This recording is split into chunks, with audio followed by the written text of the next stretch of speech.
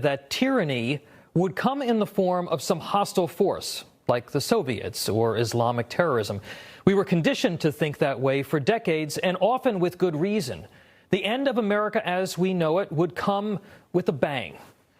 One thing that 2020 has laid bare for all to see, whether it came to the election or the COVID response, is that American freedom in this century will be imperiled not by dictators with tanks and missiles, but by faceless tech giants censoring speech, an untouchable class of permanent bureaucrats, and the broadly smiling faces of Botox-injected news anchors, choosing political activism over facts, fairness, and freedom, all with a glint in their eye. Why are independent information sources like Newsmax so important right now? Because in a nation where the public is manipulated at will by powerful, moneyed, and often intolerant interests masquerading as the truth, more ideas, more diversity, and more dialogue is vital. The last 4 years have shown us that the once mighty bully pulpit of the presidency pales in comparison to the propaganda megaphone of the media, big tech, higher education, and Hollywood. Now, those forces didn't win the victories they wanted to in this election, to be sure, but during this process, they got bolder, they got more brazen, and they got stronger.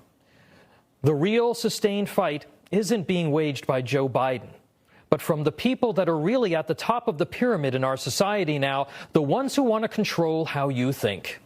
They believe that you should surrender your opinion to their agenda, take part in their groupthink, and act like the lemmings they believe that you are. They don't think you're going to notice their hypocrisy either. Hapless Chicago Mayor Lori Lightfoot just shut down her city and canceled Thanksgiving, while at the same time she was celebrating with Joe Biden's supporters last week without a mask on, mind you. Jim Clyburn handed Joe Biden the nomination, but this week he compared the Trump campaign to the Nazis and some of the world's worst regimes. CNN anchor Christiane Amanpour doubled down on the Trump Nazi references yesterday on her show. They were talking about you, folks. That rhetoric and other incendiary comments by Democrats in the media against you and Trump supporters were not rebuked, mind you, by the so-called uniter-in-chief-in-waiting, Joe Biden.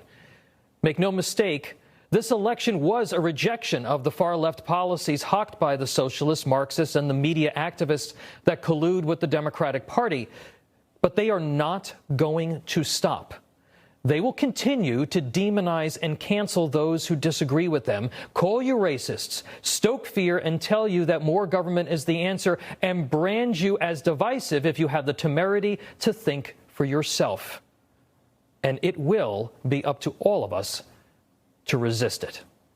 And that's my take. Coming up,